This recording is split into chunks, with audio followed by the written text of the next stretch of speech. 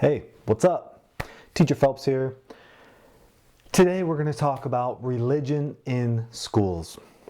Very recently, a Texas Supreme Court voted on and passed a couple of bills that wish to promote religious teachings and indoctrination in all public schools across Texas. Now, the topic of promoting religion in schools is sadly nothing new in society. You often hear these arguments that we need more Bibles in schools from Republican politicians, especially around hotbed issues or culture war issues like gun control, school shootings, gay and transgender rights, book bannings, evolution, and many more. For example, a few years ago while teaching high school English in good old Nashville, Tennessee, a law was passed that required all schools to prominently display "In God We Trust" somewhere in the building. Now, the idea is that this was a way to kind of get religion in schools, maybe inspire some morals in people. I don't know. Either way, every day I walked in the building and just there it was, just beaming at me, protecting me, making my students hate my class a little less. And the way they justified it was kind of interesting. They didn't just outright say they wanted religion in schools. They came about it by saying that "In God We Trust" was America's motto. So why can't we display the motto of America in a school? Nowadays though, regarding religion in schools, things feel a little more intense, a little more in your face, a little more too bad, so sad, and a little more Christian. Before I get into the specifics and share my opinions, I want to start with a little disclaimer. Now, I am not a religious person at all, and I'm going to be speaking very honestly about my opinions toward religion and religion in schools. Before I do that though, I do just want to say I fully understand the positive things religion and or Christianity can bring into people's lives. If religion or Christianity fills you with hope, if it provides stability in your life, if it has stopped you from drinking, if it has cured your depression, I'm so happy for you, okay? I hope you keep it. You're obviously doing something right by continuing to practice it. I often have told students throughout the years and others that I firmly believe as long as you're not hurting yourself or others, do what you want in life, in society, okay? With religion though, I do kind of want to add something else. As long as you're not hating yourself or hating others, believe in what you want, okay? If you can do that with your religion or Christianity, more power to you. Keep doing it. Now, when it comes to religion, my motto tends to be, there are no stupid people, just stupid religions, okay? My goal in discussing this is not to attack people, but to attack the indoctrination and unfounded claims that religion often offers up. At the end of the day, if you disagree with me, that's great. Okay, we can discuss it, we can hash it out, we can debate, we can even get a little frustrated. But I hope at the end we can shake hands and we can still be friends.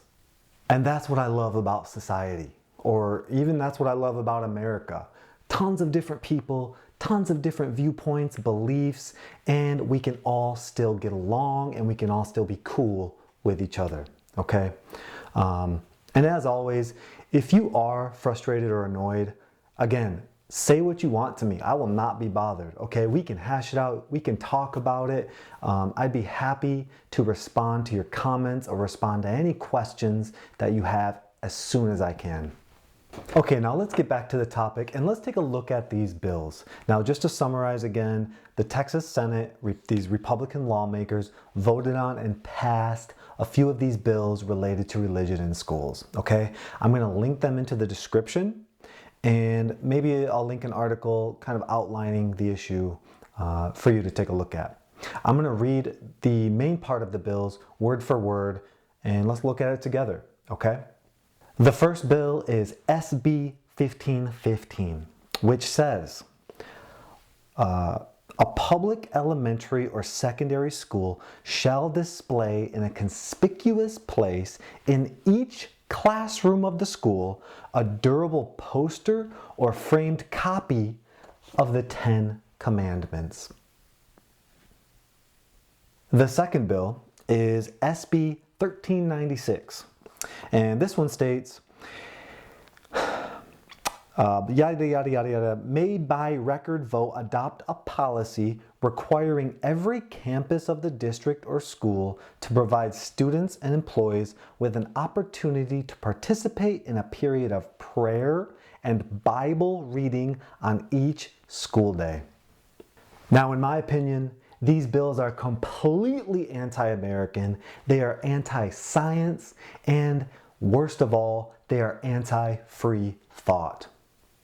Now, religious laws like this absolutely go against the First Amendment of the American Constitution, where it says, and I quote, "Congress shall make no law respecting an establishment of religion or prohibiting its free exercise." Now, this is also the exact same amendment that protects freedom of speech, the press, assembly, and the right to petition the government for a redress of grievances. Very clearly, these bills go against our First Amendment right, as they seem to respect the establishment of Christianity in our public schools by requiring the Christian 10 Commandments and by encouraging or requiring prayer and the reading of the Christian Bible. It's irrefutable. Well, it's been a good video. Hope you all have a good one. See you later.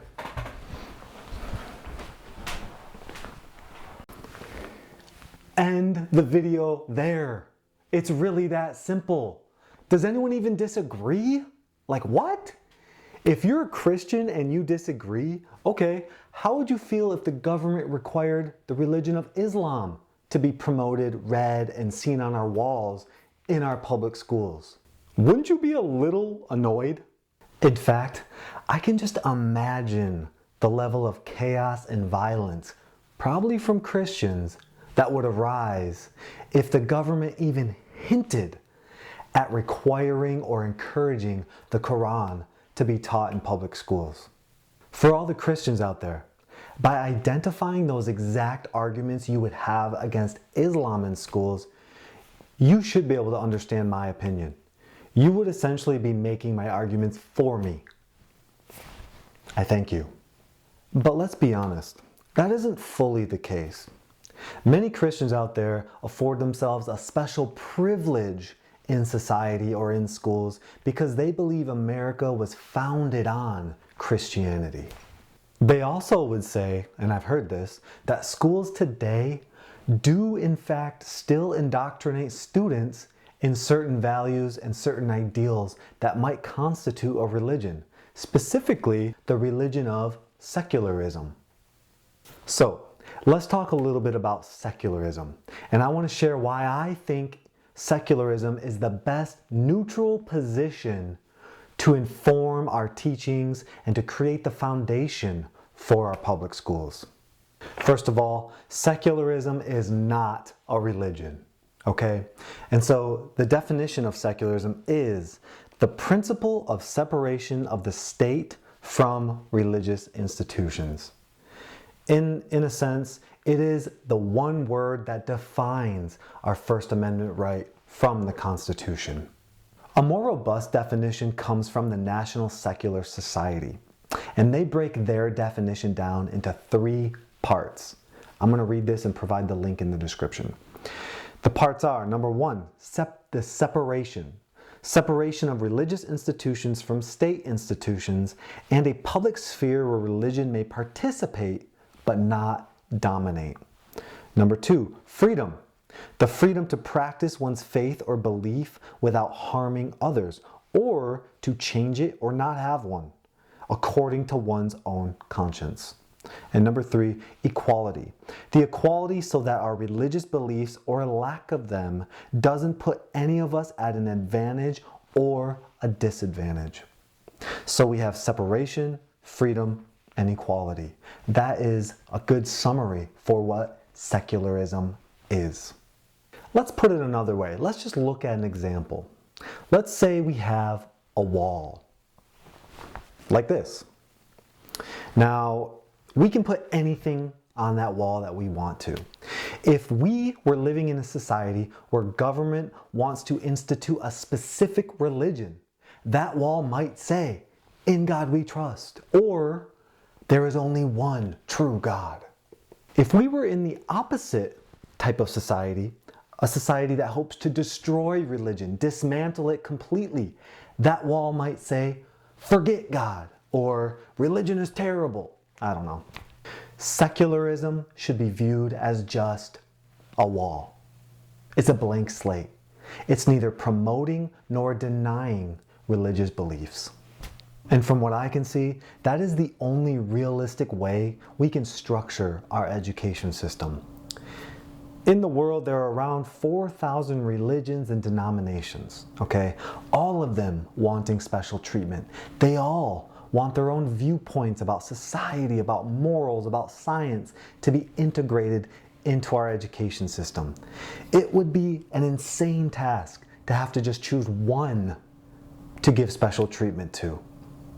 Instead, we should focus on the facts of life and the facts of society, wherever they may take us.